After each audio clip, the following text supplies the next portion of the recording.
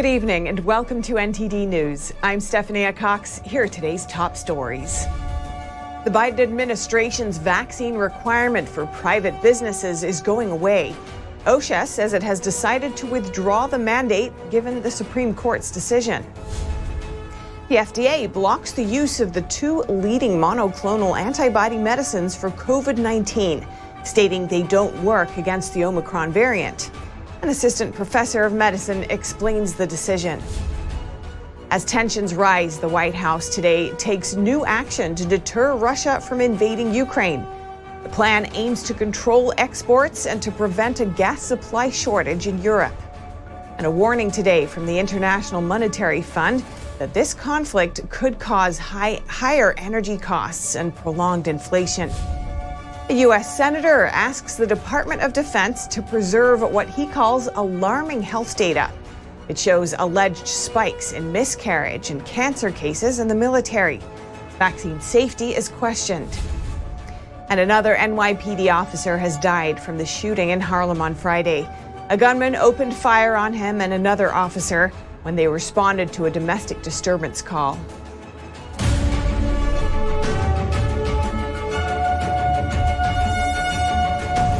President Biden's vaccine mandate for private businesses with over 100 employees will officially end. The Occupational Safety and Health Administration, or OSHA, says it will withdraw the mandate tomorrow. NTD's Allison Lee has the details.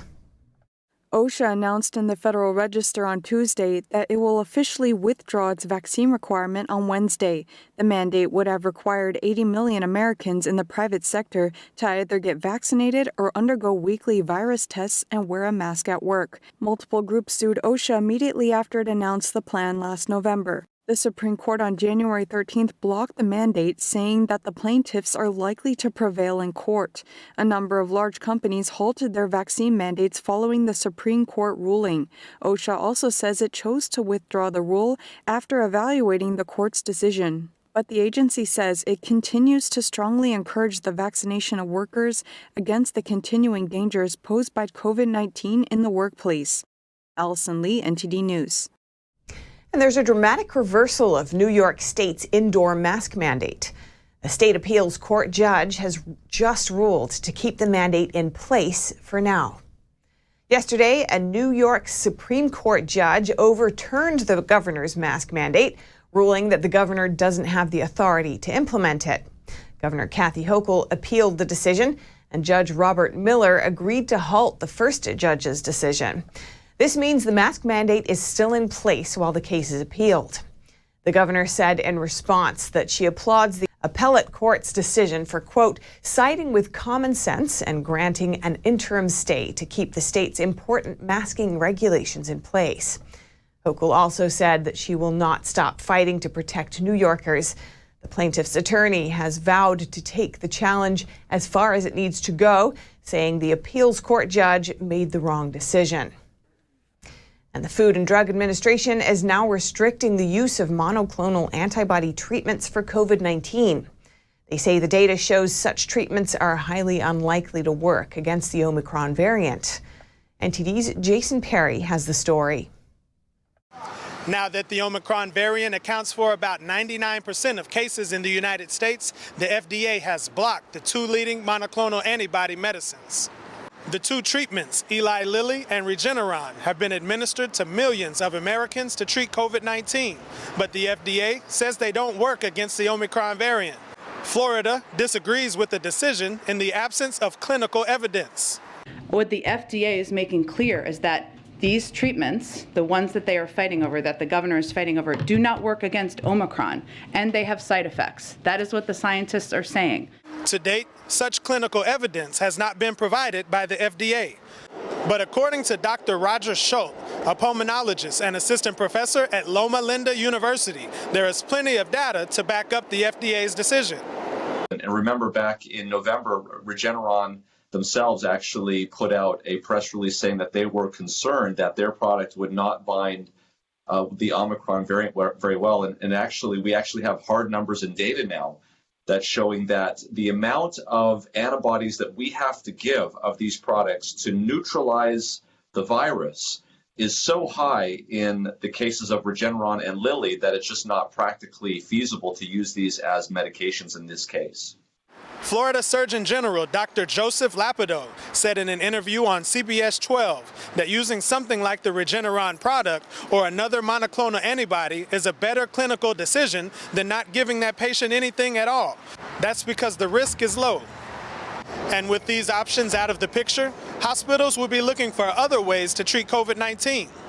Sometimes, a lot of times we get lost in the details, but there are some things that have been shown to be very effective for your overall health, making sure you're eating a healthy diet, making sure that you're sleeping, getting outside with fresh air, and getting plenty of sunshine as well. I think those are all things that we should also focus on as well. Both Regeneron and Eli Lilly both previously announced they are developing antibodies that target Omicron. Jason Perry, NTD News, New York. Almost 2 million service members have been vaccinated in the U.S. The federal government champions the vaccines, promoting them as safe and effective drugs. But a senator says he's gotten alarming data that has some disputing the safety of these vaccines. NTD's Miguel Moreno has that story. At a panel discussion on Monday, renowned and censored health experts such as Drs. Peter McCullough and Robert Malone questioned the safety of COVID-19 vaccines. The panel's host, Republican Senator Ron Johnson, revealed that he's been given alarming military health data. The Department of Defense, the Biden administration is on notice. They must preserve these records, and this must be investigated. Attorney Thomas Renz gave Johnson the leaked information, which allegedly shows roughly 300% increases in both miscarriages and cancer cases among service members, and a 1,000% increase in neurological issues, all last year's numbers compared to a 5-year average. Renz told NTD he believes that the COVID-19 vaccines are causing these spikes, but the CDC recommends these drugs to pregnant women. One study it cites says that it didn't find obvious safety concerns among pregnant women and that more work is needed. The attorney says 3 military whistleblowers gave him the data. The Pentagon hasn't gotten back to us. During Monday's panel discussion, Renz named the whistleblowers, saying that all 3 signed declarations under penalty of perjury about the data, which he'll submit in court. Miguel Moreno, NTD News. U.S. funding to the World Health Organization dropped 25% in the 2 years of the pandemic compared with the previous 2-year budget. Reuters has reviewed provisional WHO data that is not yet public. The provisional data shows that U.S. funding dropped by more than $200 million.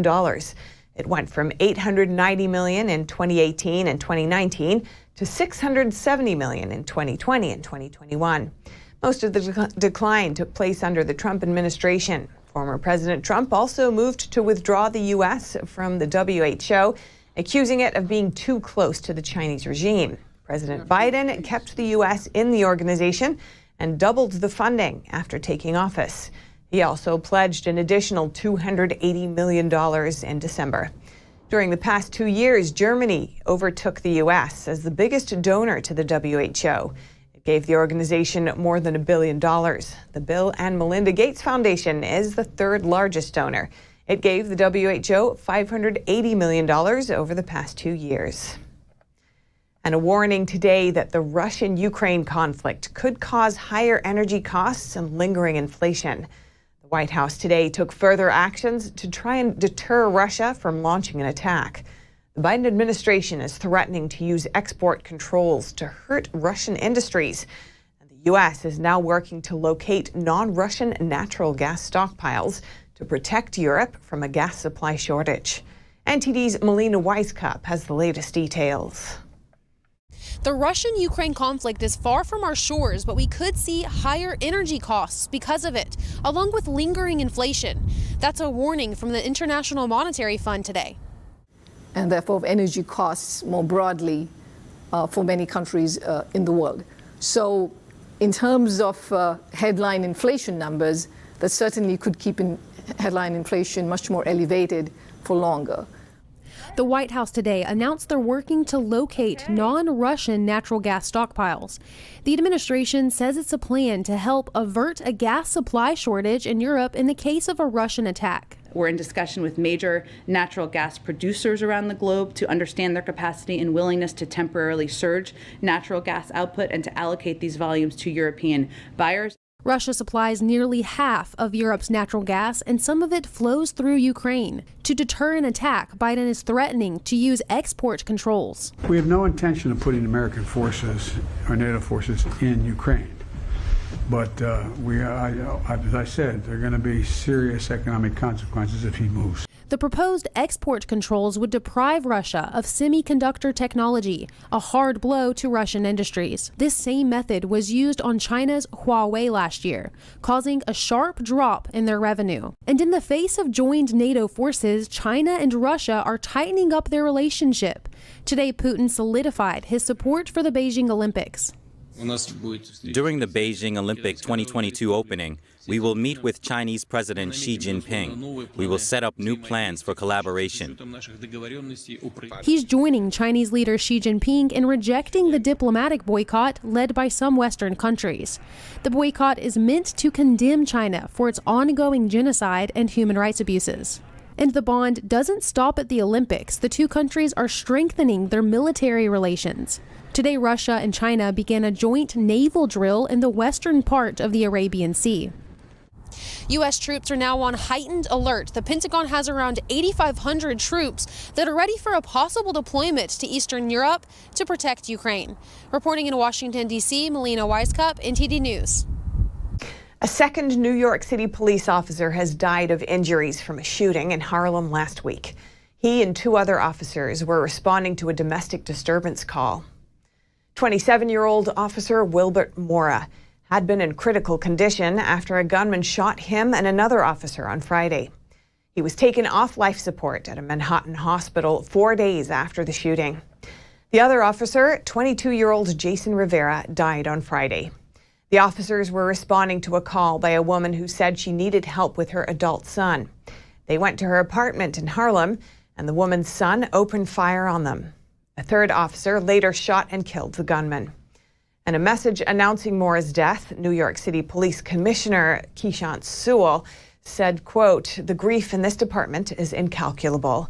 We will stand, salute, and shed tears, yet manage to smile as we remember him during the extremely difficult days ahead." And 6 people were charged on Monday for allegedly smuggling high-powered firearms and huge quantities of ammunition to a Mexican drug cartel. They were busted during an investigation in Los Angeles. The Justice Department is charging 6 people for allegedly participating in a scheme to smuggle weapons and ammunition to one of the world's largest, most violent and dangerous transnational criminal organizations. 4 people were arrested on January 19th during a Los Angeles strike force investigation. It targeted a domestic weapons trafficking organization that provides firearms and ammunition to the cartel Jalisco Nueva Generación, one of the largest and most violent drug cartels in Mexico.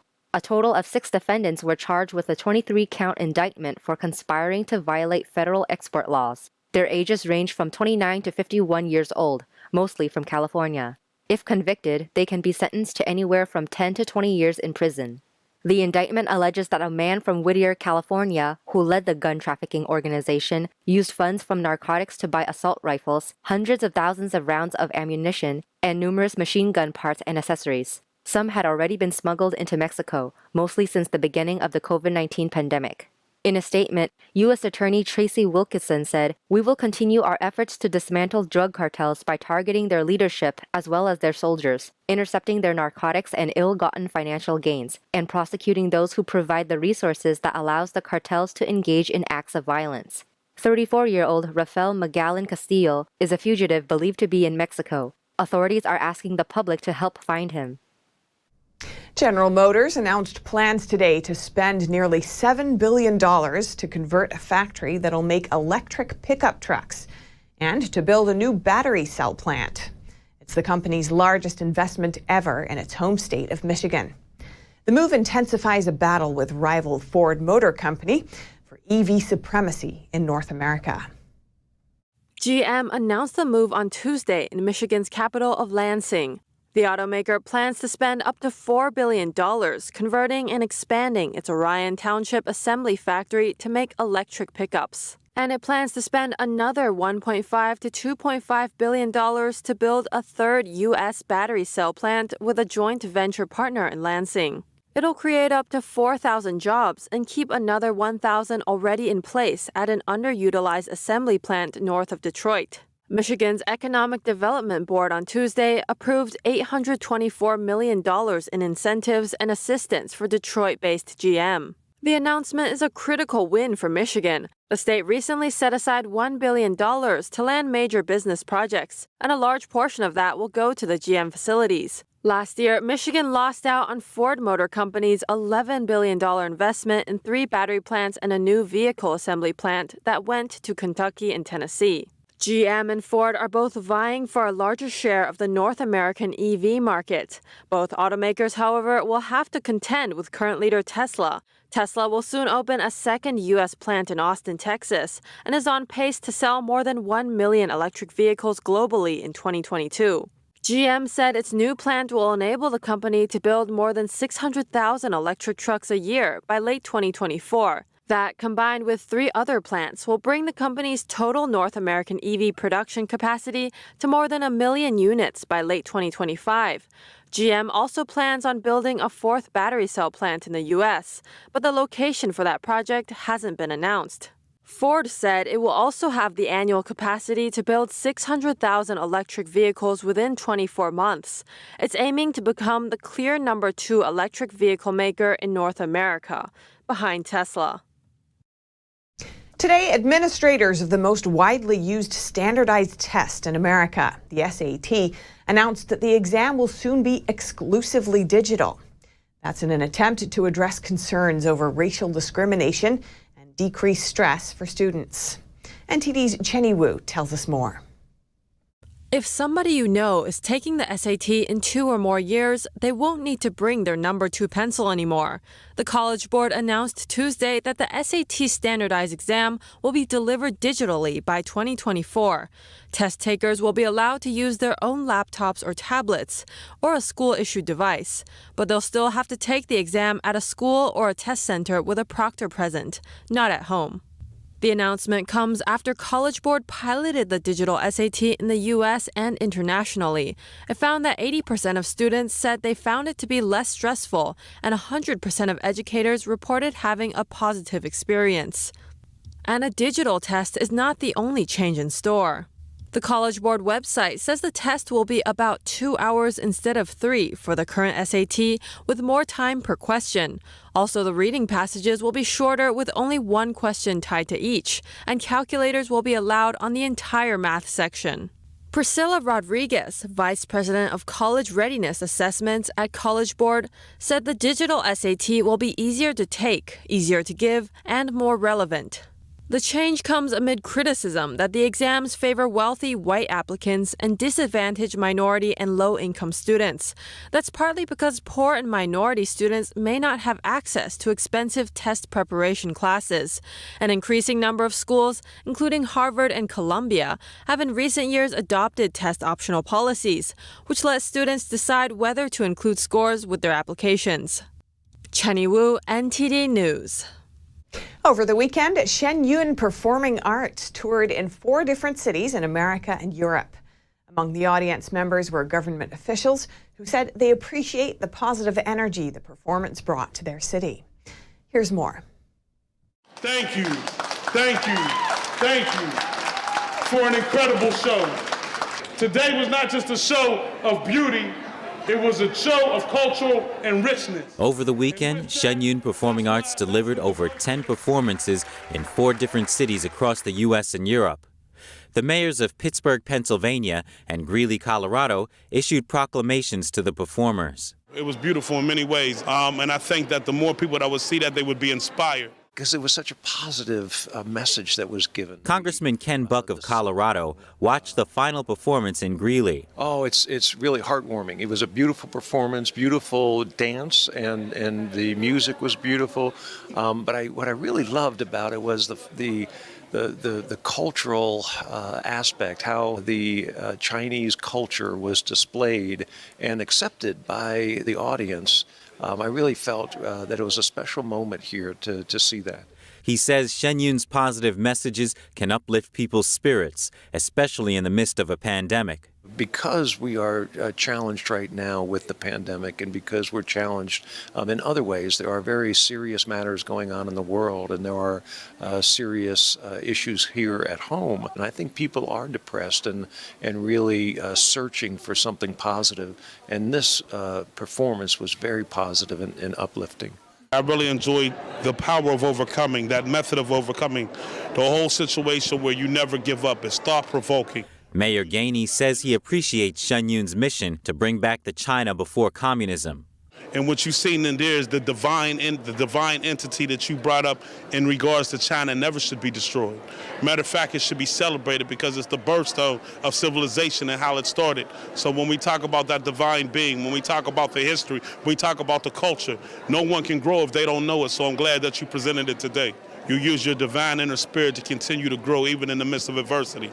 That came through large, and I really appreciated that message. In Poland, the mayor of Torun and the marshal of Kuyave-Pomerania province came to see the performance. The coordination of their movements on stage, themselves coordinated with the beautiful music, gave the impression that the performance was floating in the air. These performances cannot be shown in China. I hope that Shen Yun's performances and determination, whether in New York, the United States, in Europe, or around the world, will bring back normalcy to China. We wish them luck. Because of high demand, organizers added one more show in Poland. Coming up, a police officer saves the life of a choking 3-year-old. Released body cam footage captures the dramatic rescue. Some California officials are encouraging residents to donate blood. American Red Cross provides a lot of blood donations each year, but there's been a decline for some time now. And in the NBA, it's Michael Jordan versus LeBron James, best-ranked players of all time. How do they compare when their career numbers are scrutinized? For in a moment here on NTD News.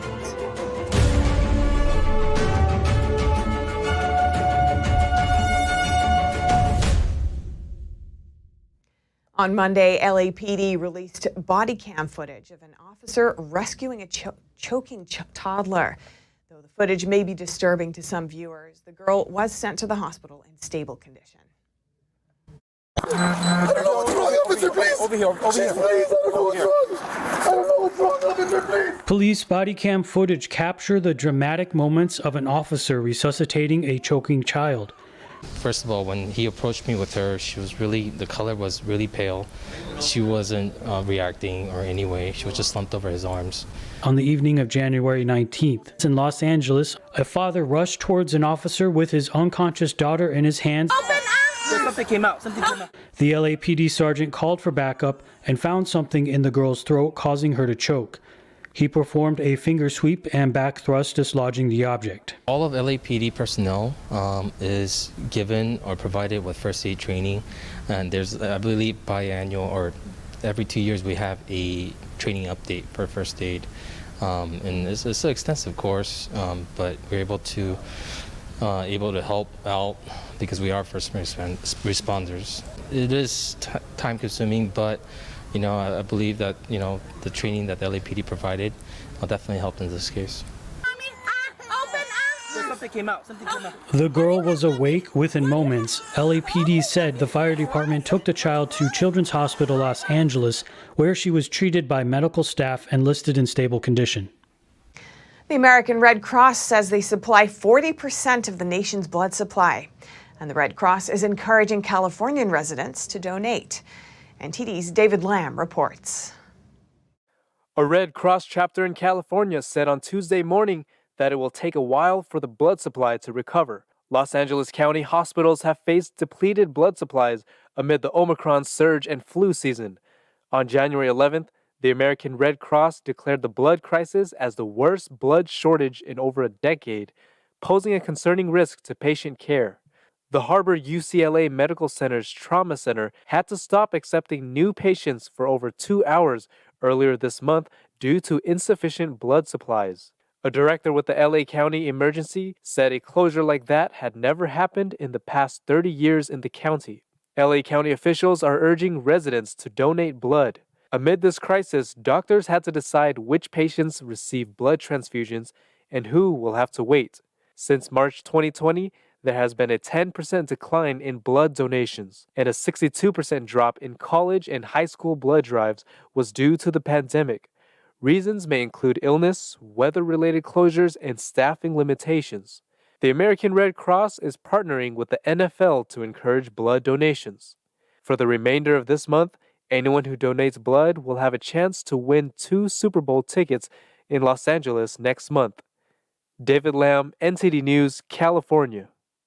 The San Jose City Council is set to vote on a gun control law Tuesday night.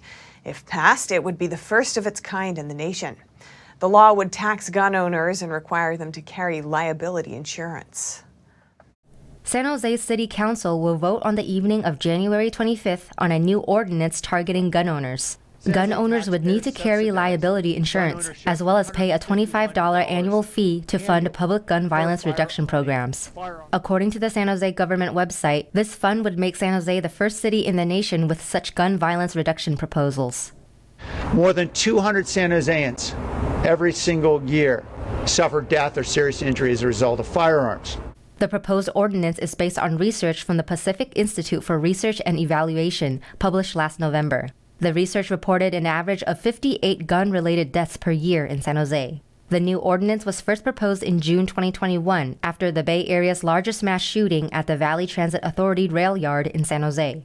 Opponents to the ordinance have warned of litigation. Dudley Brown, president of the National Foundation for Gun Rights, sent a cease and desist letter to the city last July. He said he would protect the Second Amendment rights of San Jose residents. If the new legislation is passed, all gun owners in San Jose will have to carry liability insurance and pay fees beginning August 8th. Michael Jordan versus LeBron James. Who's better? It's the endless argument that NBA fans can't agree on and yet can't get enough of. But one prominent NBA statistician has used his own mathematical formula for years to rank the greatest players in NBA history. NTD's Dave Martin has more. Dave Heron started attending NBA games when he was just a kid, during the NBA's second season back in 1947. After graduating from college in 1961, he became team statistician for the New York Knicks. By then, his 10x formula had come to mind, a complex mathematical way to rank NBA players.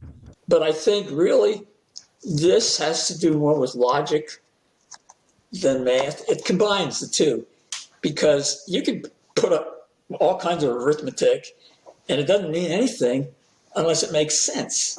The 10x formula eventually included all kinds of factors such as game pace, strength of schedule, minutes played, as well as position played. In the beginning, it was just 5 little numbers. Then it became 10 and then 15. By the 1980s, Heron's ratings were so popular that plagiarizing them had become commonplace. Meanwhile, the NBA and eventually European leagues were officially using Heron's ratings, sometimes with adjustments. He was not counting free throws as -1, because he was counting them only, I think, -0.5. And I asked him, well, why? And he says, well, we're protecting Shaq. And I said, well, why does the best player in the world need your protection? So who does Heron's ratings have as the best player? His latest book, titled 75, ranks the 75 greatest players of all time. In it, Heron has 4 players bunched at the top. Jordan at 4, then LeBron, Wilt Chamberlain, and surprisingly, Oscar Robertson at number 1. It shows that 10x is no partisan, because you've got the 2 guys that are recent and the 2 guys that go way back. Heron's book also includes inside stories of how the Celtics schemed to get Larry Bird, how the Lakers illegally protected Magic Johnson on defense, and how assists were counted differently in Los Angeles. Dave Martin, NTD News, New York. Coming up, the Australian Open is retracting its ban on Peng Shuai t-shirts. The reversal comes after the ban received backlash from the tennis community and Australian politicians. Chinese telecom giant Huawei is paying big money to American lobbyists in an effort to lessen the impact of U.S. sanctions. During the past 6 months, one Washington power broker reportedly received $1 million from the company. And moviegoers react to a film that digs into one of Beijing's biggest human rights persecution campaigns. The story is based on real-life events. That and more after the break.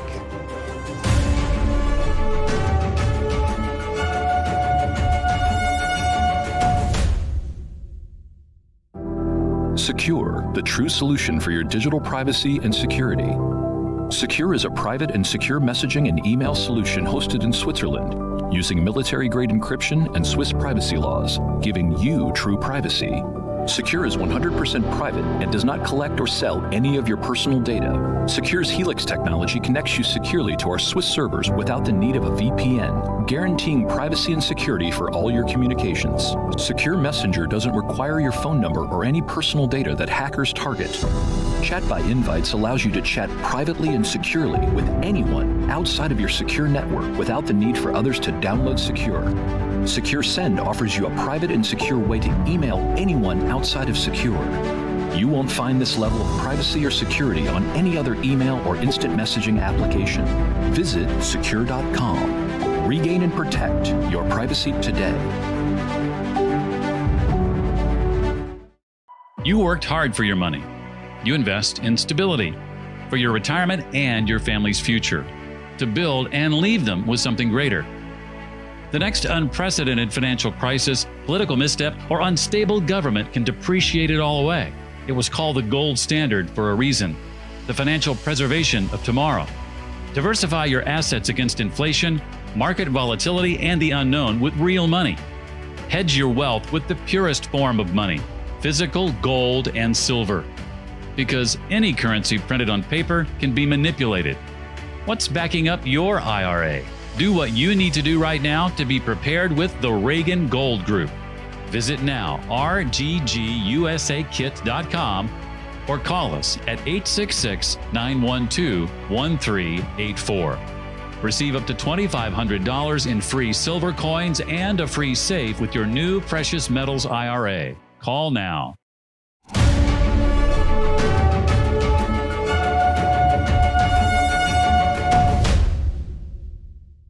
$1 million in 6 months. That's what Huawei paid a veteran lobbyist for his service.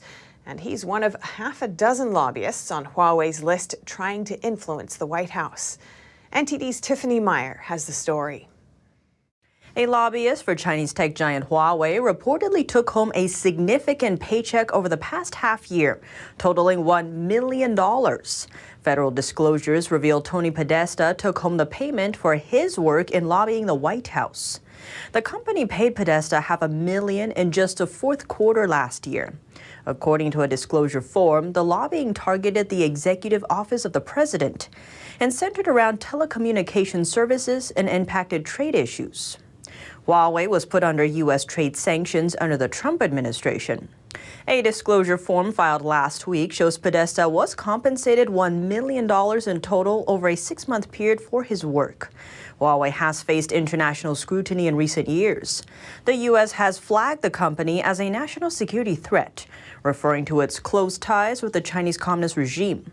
That's on top of its role as a suspected espionage tool for Beijing. A stream of U.S. sanctions since 2019 have barred Huawei from using U.S. technology and have blocked its equipment from being used in critical U.S. infrastructure. All in all, the penalties have slashed the company's annual revenue by 1/3. What's more, the Biden administration further tightened those measures at the end of last year, restricting Huawei from receiving new equipment licenses from U.S. regulators. To help recover from those impacts, Huawei seems to have ramped up its U.S. influence operations. According to disclosure filings, Podesta is one of a half-dozen lobbyists the company hired since July 2021. Filings show Huawei spent over $3.5 million on U.S. lobbying efforts last year, nearly 8 times as much as the year before. The Australian Open is walking back its ban on T-shirts that show support for Chinese tennis star Peng Shuai. The reversal follows backlash from politicians and athletes. Last Friday, a group of fans arrived at a match wearing matching T-shirts, all bearing the words, "Where is Peng Shuai?" They later held up a banner with the same phrase. Peng Shuai disappeared from public view for months after accusing a top Chinese Communist Party official of sexual assault on social media. Authorities soon approached the group of tennis fans, confiscating the banner and instructing them to change out of the T-shirts. They explained the Australian Open's organizers don't allow political slogans at the tournament. The Australian Open does have a rule that there can't be any political slogans. And I'm not saying you can't have those views, but I am saying that Tennis Australia sets the rules here. But the decision was met with swift backlash. Tennis legend Martina Navratilova called the decision to silence the fans pathetic. I find it really, really cowardly. This is not a political statement. This is a human rights statement. Former world #1 in tennis doubles Nicholas Mahou wrote on Twitter that the move shows a lack of courage. Australia's defence minister also chimed in. I think it's deeply concerning, and I think we should be speaking up about these issues. On Tuesday, organizer for the Australian Open, Tennis Australia reversed the ban. Its chief executive, Craig Tilley, told the Associated Press that it is okay for people to wear the Peng Shuai shirts, as long as they don't gather in large groups or cause problems. Worth noting, one of the Australian Open's main sponsors is a Chinese liquor company. Organizers said the 2018 deal was the largest agreement with a Chinese company in the history of the tournament, valued at around $100 million. An award-winning movie is bringing audiences to tears across the country. It captures the story of a jaded American reporter and a team of innocent students as they risk everything to expose the Chinese Communist Party's deadly propaganda.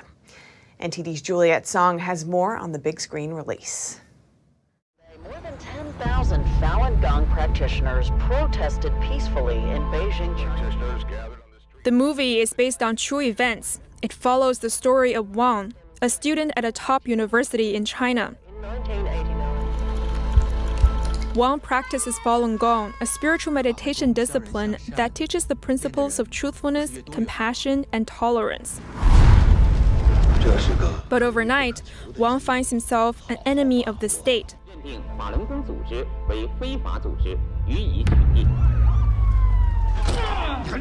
That's after Beijing launched a national suppression campaign against the practice. As Beijing ramps up the persecution campaign and turns out propaganda to defame Falun Gong practitioners, Wang meets Daniel, an American reporter struggling to find meaning in his profession.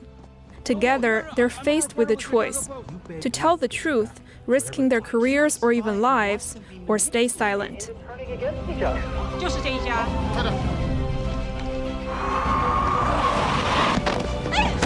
The government is conducting one of the largest scale propaganda campaigns in history. You just want to wait for it. What are you going to do? Walk into the prison and demand to see him? Proud China, expose their lies to the world.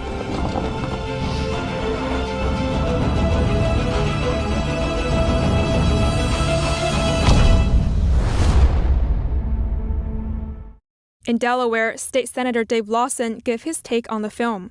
Shocked, amazed, certainly felt that I was way behind in what was going on when this started in 1999, and now 23 years later, this is now just coming out. I'm embarrassed I didn't know more. In Los Angeles, one moviegoer says she had to hold back tears. All these people that are being persecuted and are victims in China and anywhere else under a totalitarian regime, we just want to let them know that we are going to be praying for them. Another audience member says even though the movie made him sad about rights abuses happening in China, I think it was also the mission of the film is to make you feel somewhat hopeful that there is redemption, that at the end of the day there is some hope if we fight for what's right. He says he hopes more people can build their courage and stand up for what's right. I really hope that they find it in themselves, like that character who's willing to sacrifice his family, his child, his wife, in order to stand up for what's right. That's a very difficult choice to make. It's much more comfortable to stay where you are and to be silent and to continue to do what you do and just go along with the story. But to find it in yourself, to stand up and do what's right, we all have to do that. Adding that if people are willing to speak out, they can make a change. The movie is premiering in 30 cities from the East to West Coast. That includes New York, Washington, D.C., and California. Juliet Song, NTD News. Coming up, as calls grow louder for British Prime Minister Boris Johnson to resign, there's growing speculation over who might take his position. And the Greek capital is paralyzed after a snowstorm cuts power, disrupts public transportation, and leaves thousands trapped in their cars. That and more here on NTD News.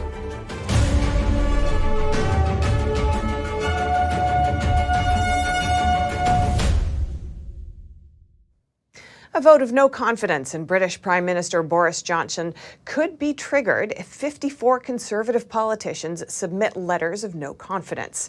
With an increasing number of politicians openly saying they want the Prime Minister out, there's growing speculation over who might take his position. This report comes from NTD's Jane Werrell. There's a lot of speculation around who might have their eye on the coveted spot at number 10.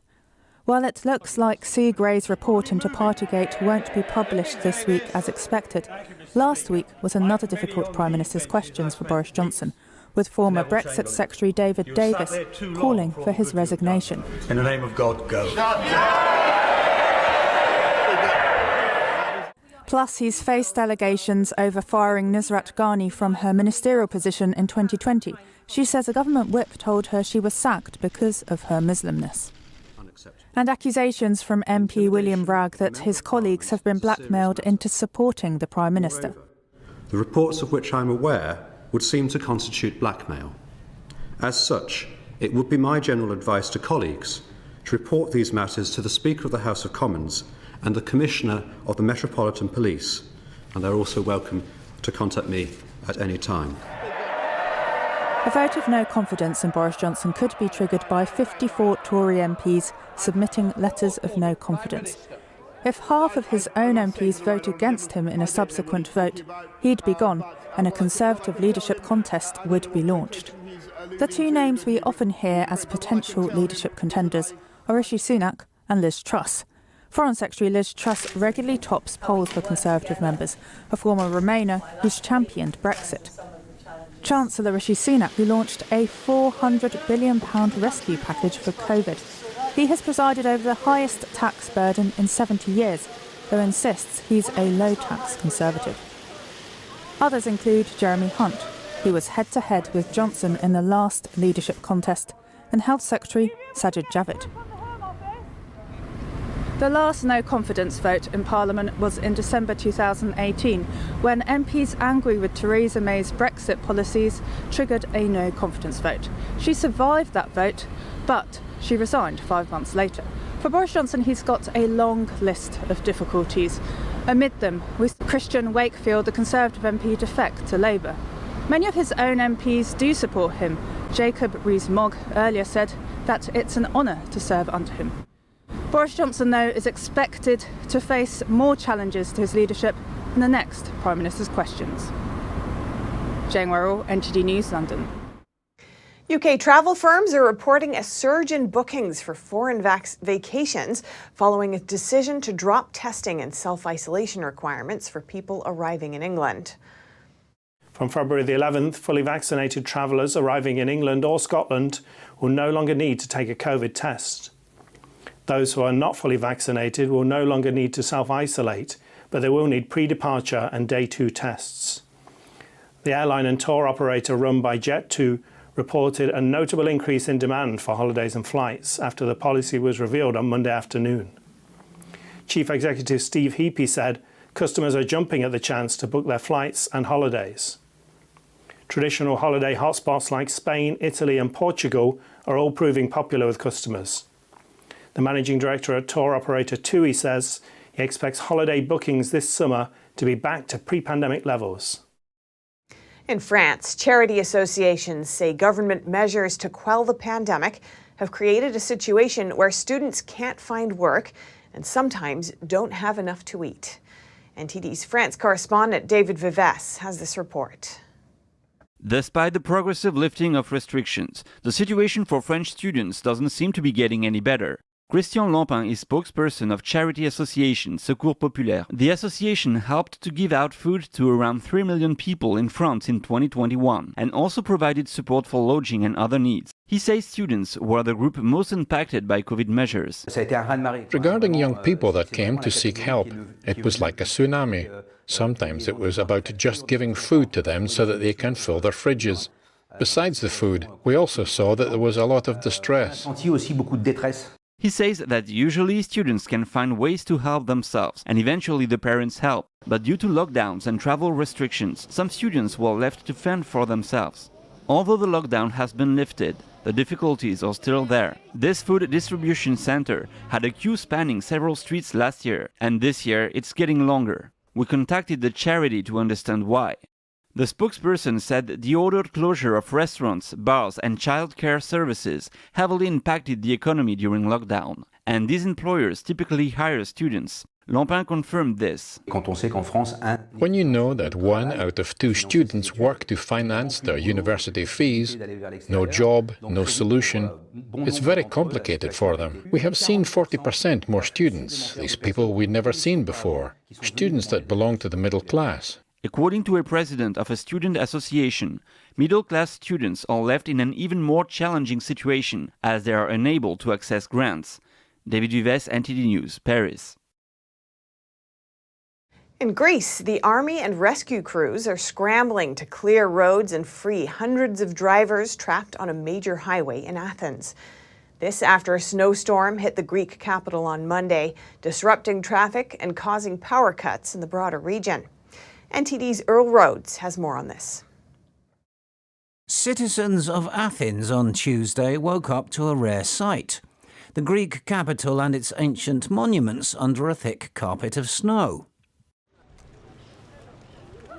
While some enjoyed it, the army and rescue crews scrambled to clear roads and to free hundreds of drivers trapped on a major highway that runs across Athens and connects the Greek capital with the city's international airport. This after a massive cold front and snowstorm hit much of Greece, leaving countless people and vehicles stranded overnight in freezing conditions. We can't spend another day here. We have to figure out how to get out of here and go home. Rescue crews evacuated 3,000 people by early Tuesday. Some drivers abandoned their cars and walked home. Greece's climate change minister apologizing. As a state, we owe an apology to everybody that has suffered or is suffering right now. There's a titanic effort underway by the fire department and the traffic police to free the drivers stranded on the Attiki-Odos ring road. According to the Prime Minister's office, the motorway is to pay compensation for each stranded vehicle. Authorities asked the public to limit non-essential travel. Trains and bus services in the capital were suspended.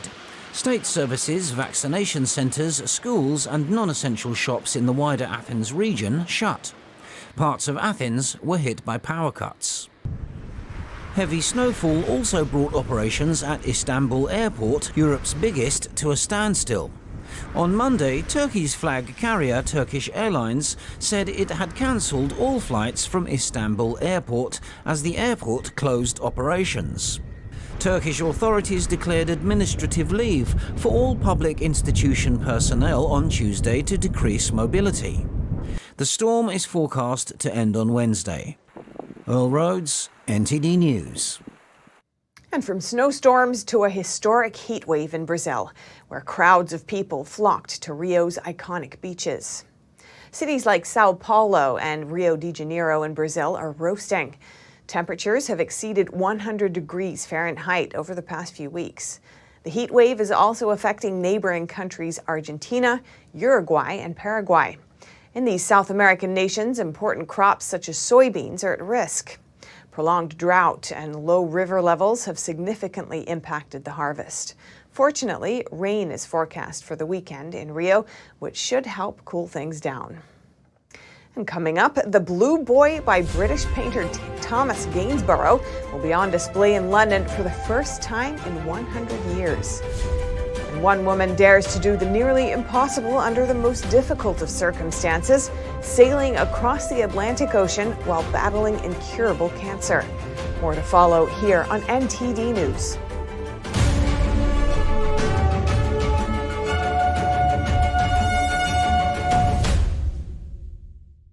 Hello, I'm Mike Lindell, CEO of MyPillow.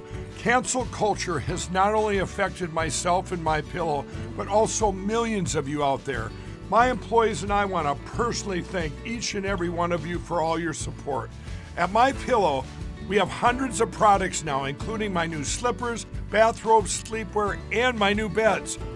We are offering the best products ever for the best prices ever. For example, we have the standard size MyPillows, regularly $69.98, now only $19.98 with your promo code. Or you can get custom fit with my premium queen size MyPillows, regularly $79.98, now just $29.98.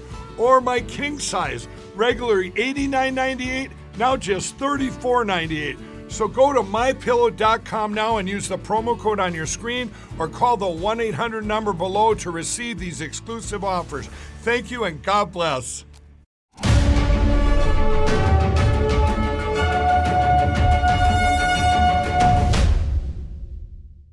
London welcomes one of the world's most iconic old master paintings for a limited run at the National Gallery.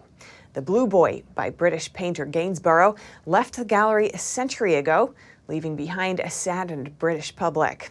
NTD's Neil Woodrow attends the opening in London. The Blue Boy by Thomas Gainsborough returns to the National Gallery 100 years since it was sold to American railway magnate Henry E. Huntington. It's set, among other work by Gainsborough, and paintings by Sir Anthony van Dyck, whom Gainsborough admired and emulated. The painting had become world famous by 1921 and sold for a record sum. It was in January the following year that it began its journey to the United States, leaving behind a saddened British public.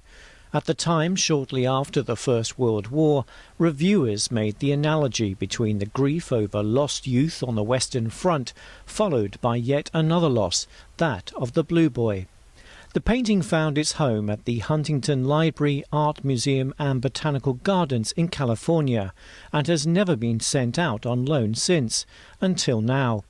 Christina Nielsen, director of the Art Museum at Huntington, says it's unlikely to happen again.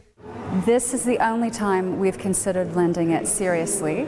We've just finished a 2-year conservation project. We know that the painting is in great condition and visually looks spectacular. So 100 years to the day, we have him back on view for the public in the UK, and we're thrilled to be doing so. Nielsen says the Blue Boy has become one of the most beloved old master paintings in America. We receive about 1 million visitors a year, and virtually everyone who comes to the Huntington makes a beeline to see the Blue Boy. This full-length portrait was created during Gainsborough's time in Bath between 1759 to 74, a period when the artist's style and practice changed dramatically. Christine Riding, the curator of the exhibition, talks about this influential time of Gainsborough's life. And there's this great moment when the likes of Van Dyck were kind of revealed to him through private collections, and that absolutely is the case. And a very famous group painting, enormous work of art by Van Dyck at Wilton House, does seem to have been a real lightning rod for so many artists of the period. Riding says Van Dyck could represent the human form and give it an innate sense of authority of power. Exactly the same thing happens in the Blue Boy. It's pared right down to the figure with this idyllic landscape in the background. Who knows where that is? And suddenly you're really focusing on this figure, and you're focusing on the pose, the expression, such as you do have with Van Dyck, but equally you're looking at the brushworks. So it's a performance both in terms of the figure, but it's a performance in terms of the artistry, in terms of the paintiness of it. The identity of the Blue Boy was never known, which Riding says has allowed the painting itself to wander through the centuries and be of inspiration to subsequent artists. You have until May 15th to come and admire the original and much copied work. Neil Woodrow, NTD News, London. One British rower with incurable cancer has rowed across the world's second largest ocean, shattering the world record and proving that even nearly impossible is possible. NTD's Shen Yun brings us this story. British rower Kat Cordiner was diagnosed with cervical cancer in 2019, and after several bouts of intensive treatment, chemotherapy, and operations, is now in remission. Cordiner said, "The doctors have told me I don't have decades, I have years, so I really want to make the most of them. I don't want to muck around doing stuff that doesn't matter. I want to do things that are challenging and fun." Despite these difficult circumstances, Cordiner and her two teammates set a new record for the female trio record in the Talisker Whiskey Atlantic Challenge. The trio clocked a winning time of just over 42 days for the 3,000-mile crossing, shaving 7 days off the previous record set in 2019. The woman raised money for Cancer Research UK, Macmillan Cancer Support, and the Royal Marsden Cancer Charity. They had to battle scorching heat, waves, sleep deprivation, hand blisters, and calluses, as well as sharks during the brutal feat. Cordiner is believed to be the first person to take on the challenge as a cancer patient. Shen Yun, NTD News. And that's all for today's news. Thanks for tuning in. I'm Stephanie Cox.